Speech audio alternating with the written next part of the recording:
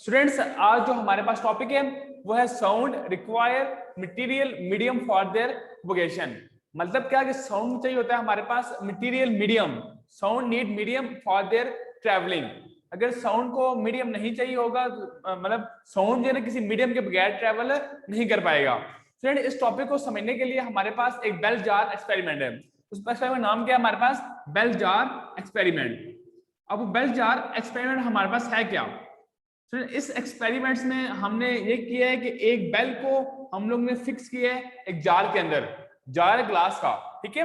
ये हमारे पास एक ग्लास का जार है और इसके अंदर हमने क्या किया है, एक बेल फिक्स की है, ठीक है।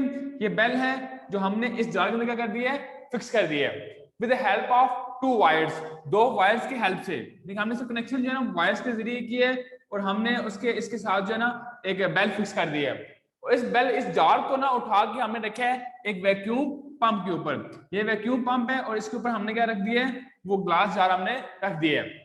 अब जब हमने इस बेल का स्विच ऑन किया, when we turn on the switch of the bell, तो हमें इसकी आवाज सुनाई देगी, ठीक है। हमें इसकी आवाज सुनाई दे रही है।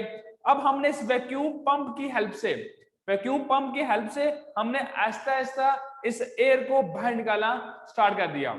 जब हमने हवा को बाहर निकालना स्टार्ट कर दिया, अब हमें देख रहे हैं कि इसकी आवाज हमें सुनाई नहीं दे रही, ऐसे से कम हो रही है। और एक टाइम ऐसा आया कि बेल तो रिंगिंग कर रही है लेकिन हमें इसकी आवाज सुनाई नहीं दे रही।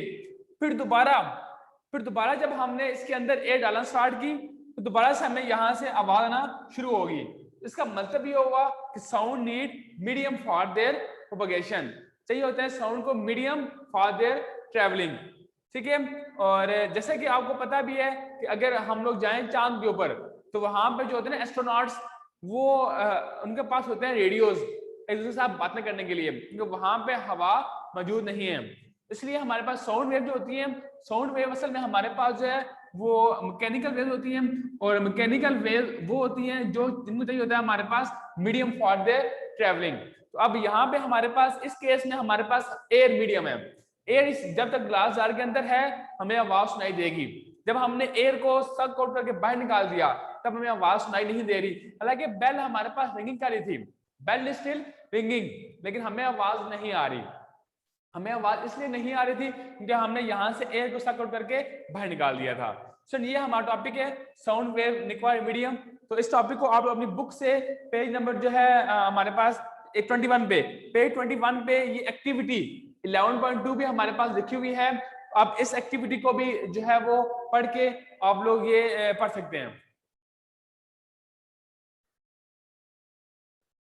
स्टूडेंट्स, अभी हमारे पास जो सेकंड टॉपिक है वो है longitudinal nature of sound waves. तो वो अभी हम लोग डिस्कस करेंगे, ठीक है। वो भी पेज नंबर 21 पे टॉपिक लिखा हुआ है, तो वहां से आप लोग टॉपिक ही पढ़ सकते हैं, longitudinal nature of sound waves. Longitudinal nature of sound waves. कि साउंड वेव हमारे पास जो है वो नेचर क्या होती है, लॉन्गिट्यूडनल होती है। तो ये हमें प्रूफ करना है, ठीक है। पेपर में हमारा सवाल क्या आएगा, हमारे पेपर में क्वेश्चन पूछा जाएगा हमसे कि आप प्रूफ करें कि साउंड वेव जो है, प्रूफ करेंगे साउंड वेव क्या होती है हमारे पास, वो लॉन्गिट्यूडनल नेचर होती है उनकी। मतलब साउंड वेव हमारे पास होती है तो मैकेनिकल वेव्स हैं। अब मैकेनिकल वेव्स की अगर दो टाइप्स थे हमारे पास, मैंने बताया भी था आपको कि मैकेनिकल वेव के हमारे पास दो टाइप्स हैं। और एक टाइप हमारे पास है ट्रांसवर्स वेव और एक हमारे पास है लॉन्गिट्यूडनल। जो साउंड वेव्स हैं वो है लॉन्गिट्यूडनल वेव्स। तो इस चीज को पढ़ने के लिए हमारे पास जो है ना एक एक्टिविटी है, ठीक है। तो उसके लिए आपको चाहिए होता है ट्यूनिंग फॉग। ये ट्यूनिंग फॉग हमारे पास है एक, ठीक है। ये हमारे पास ट्यूनिंग फॉग है। तो स्टूडेंट्स जो है ना हमारे पास, अब इस ट्यूनिंग फॉग को जो है बिफोर जो है ना हमने इसको हिट करने से पहले, ठीक है, ट्यूनिंग फॉग को हिट करने से पहले जो डेंसिटी ऑफ एयर है, डेंसिटी ऑफ एयर इसके राइट साइड पे और इसकी लेफ्ट साइड पे डेंसिटी ऑफ एयर जो है वो रिमेन सेम है। ये लाइन जो है, ये लाइन शो कर रही है डेंसिटी ऑफ एयर को, डेंसिटी ऑफ एयर पार्टिकल्स अब बिफोर हिटिंग, ठीक है। ये इसकी हमारे पास पोजीशन है ओ, ये इसकी ए पोजीशन है और ये इसकी हमारे पास बी पोजीशन है, ठीक है। अब बिफोर हमने ट्यूनिंग फॉग को हिट करने से पहले तो डेंसिटी ऑफ एयर है इसकी लेफ्ट साइड पे, इसकी राइट साइड पे रिमेन सेम है, डेंसिटी ऑफ एयर चेंज नहीं हो रही। लेकिन अब जब अगर हमने ना इसको हिट किया, इसको हमने यहां से मूव किया टुवर्ड्स ए, देखिए अब मैं इसको मूव कर रहा हूं टुवर्ड्स ए की तरफ, ठीक है, ये हमारे पास तरफ पॉइंट ए था, जब मैंने इसको मूव किया टुवर्ड्स ए की तरफ मूव किया, अब जो है यहाँ पे हमारे पास density of air remain same नहीं रही, कहीं पे ज्यादा हो रही है, कहीं पे डेंसिटी ऑफ एयर कम हो रही है।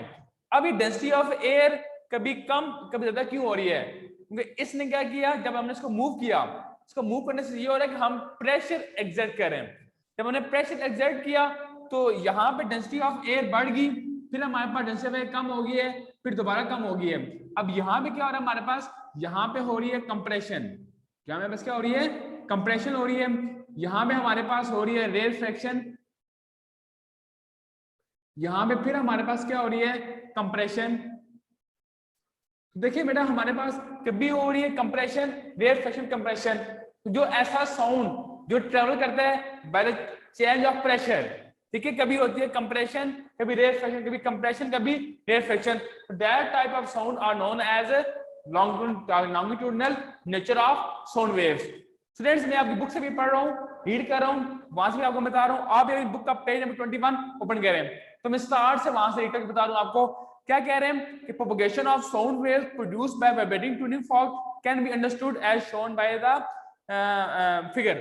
कहना है before the vibration of tuning fork, देखिए अगर हमने जब इसको हमने वाइब्रेट नहीं किया, before vibration density of air right side पे and density of air left side पे रिमेन सेम। आप वहां से रीड करें, देखिए मैं कह रहे हैं क्या density of air before the vibration of tuning fork, density of air molecules on right side is uniform. When the right prong of tuning fork move mean position O to B, it exerts some pressure. जब हमने इसको move किया ना, O से B move करें आप, ये O से A मूव किया आपने, बिफोर कोलिजन, बिफोर मूव करने से पहले density of air right side पे, density of air left side पे रिमेन सेम। जब हमने इसको मूव किया ओ से एक तरफ, जैसे यहाँ मैंने मूव किया ओ से एक तरफ, अब इसने क्या किया, यहाँ में प्रेशर एक्सर्ट किया, जब प्रेशर एक्सर्ट किया यहाँ पे हमारे पास हुई कंप्रेशन, फिर साथ में हमारे पास रेरफेक्शन, फिर क्या हुई कंप्रेशन। तो यही कह रहे हैं कि it exert some pressure on adjacent layer of air molecule and produce a compression. जब हमने इसको ओ से ए मूव किया तो इसने यहाँ पे प्रेशर एक्सर्ट किया, यहाँ पे बस क्या हो गया कंप्रेशन। नेक्स्ट पेज पे आप आए, can this compressed air layer it tongue passes the layer next to it and so on। अब इसने इस लेयर ने नेक्स्ट को किया, उस लेयर ने नेक्स्ट को किया, इस तरह हमारे पास साउंड वेव जो ना वो कंप्रेशन और रेरफेक्शन की फॉर्म में ट्रेवल हुआ। हमें पता है कि जो होती है ना कंप्रेशन और रेरफेक्शन, वो कौन सी वेव होती है, वो होती है लॉन्गिट्यूडनल वेव्स। तो दैट्स व्हाई इस एक्टिविटी से हमें ये प्रूव हुआ कि साउंड वेव जो है हमारे पास वो लॉन्गिट्यूडनल नेचर परफॉर्म करती हैं। बेटा अभी हमारे पास नेक्स्ट टॉपिक है characteristics of sound wave. Characteristics of sound, students sound के कौन कौन से होते हैं कैरेक्टरिस्टिक्स, ठीक है स्टूडेंट्स। साउंड के समय हमारे पास चार होते हैं कैरेक्टरिस्टिक्स, एक होता है हमारे पास लाउडनेस, एक होता है हमारे पास पिच, एक होता है हमारे पास क्वालिटी, और लास्ट होता है हमारे पास इंटेंसिटी। सर ये चार हमारे पास हैं कैरेक्टरिस्टिक्स ऑफ साउंड। जो हमारे पास सबसे पहले है loudness. What is mean by loudness? Student इसमें हम ये कहते हैं कि इन लाउडनेस वी स्टडी अबाउट कि हमारे पास साउंड कितना लाउड है, कितना हमारे पास फेंट है। तो हम कहेंगे in this characteristics of sound we can distinguish between loud and sound waves, ठीक है। तो हम इसमें क्या स्टडी करते हैं, हम कहते हैं इसमें कि it is the characteristics of sound, ये हमारे पास साउंड का वो कैरेक्टरिस्टिक्स है of sound in which we distinguish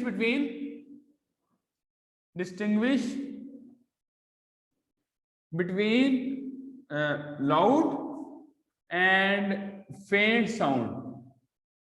ठीक है, ये वो हमारे पास क्रिटिक्स है जिसमें हम लोग लाउड और फेंट साउंड में हम लोग डिस्टिंग्विश करते हैं। सो जो हमारे पास लाउड मतलब होता है ऊंची आवाज और फेंट मतलब मध्यम आवाज, मतलब ऊंची आवाज में मध्यम आवाज में जरा आपस में डिस्टिंग्विश करना, that is known as loudness. Sir loudness हमारे पास डिपेंड करती है तीन चीजों के ऊपर। Loudness depend upon three things. एक होता है हमारे पास एम्पलीट्यूड, ठीक है, से बता रहा हूं मैं आपको, डिपेंड किस पे करती है। एक होता है हमारे पास एम्पलीट्यूड, एक होता है हमारे पास डिस्टेंस, और लास्ट होता है हमारे पास एरिया। लाउडनेस जो है वो डायरेक्टली प्रोपोर्शनल किसके है, एम्पलीट्यूड के। ज्यादा एम्पलीट्यूड है ज्यादा हमारे पास लाउडनेस प्रोड्यूस होगी। ठीक है, हम कहते हैं कि लाउडनेस जो है ना हमारे पास वो डायरेक्टली किसके है, एम्पलीट्यूड के। जितना ज्यादा हमारे पास लाउडनेस है ज्यादा हमारे पास क्या होगा, एम्पलीट्यूड है, उससे ज्यादा हमारे पास क्या होगी, लाउडनेस होगी। नेक्स्ट है डिस्टेंस। डिस्टेंस जो है हमारे पास वो इनवर्सली है, तो डिस्टेंस ज्यादा होगा लाउडनेस क्या होगी हमारे पास कम होगी। तो हम कहते हैं कि लाउडनेस जो है वो इनवर्सली किसके है, डिस्टेंस के है। Next is area. एरिया के जो है ना हमारे पास साउंड वो डायरेक्टली है, ज्यादा बड़ा जो है ना डोल होगा उतनी ऊंची आवाज वो प्रोड्यूस करेगा। ये तीन हमारे पास हैं कैरेक्टरिस्टिक्स ऑफ फैक्टर्स जिसके ऊपर लाउडनेस डिपेंड करती है। एक एम्पलीट्यूड है, एक डिस्टेंस है और एक एरिया है। ज्यादा एम्पलीट्यूड है ज्यादा दूर तक आवाज जाएगी, डिस्टेंस ज्यादा है तो लाउडनेस क्या हो जाएगी, कम हो जाएगी। और एरिया जो है उसके भी क्या है, डायरेक्टली है। डोल एक छोटा होता है एक बड़ा होता है, जितना डोल बड़ा होगा उतनी आवाज क्या होगी उसकी, ऊंची दूर तक उसकी आवाज जाएगी। सर एक और भी हमारे पास इसका फैक्टर है जिसके ऊपर साउंड वेव डिपेंड करती है, और वो है physical condition of the year.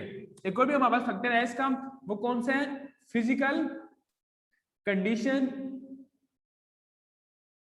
Of the year. अगर हमारे पास ऐसे कान जो है, अगर किसी के कान बहुत सेंसिटिव होते हैं, अगर जो है ना किसी के कान जो है वो सेंसिटिव है, उसको ऊंची आवाज आती है, डिफेक्टिव है तो उनको आवाज स्लो आती है, तो ये फिजिकल कंडीशन के ऊपर भी डिपेंड हमारे पास करता है।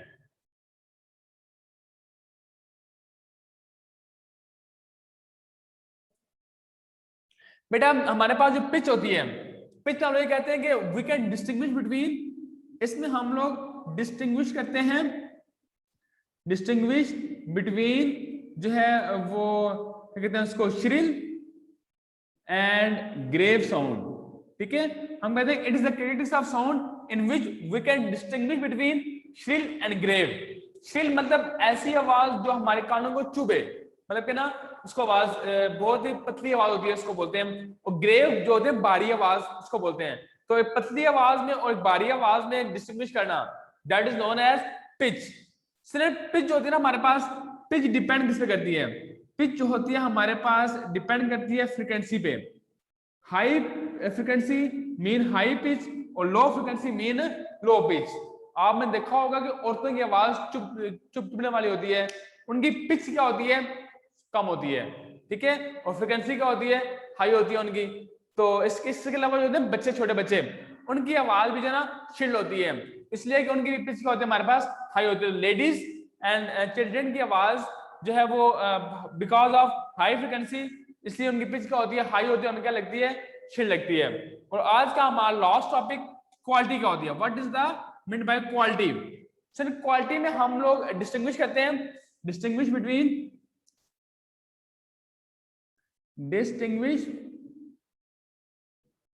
between two sound of same loudness and pitch।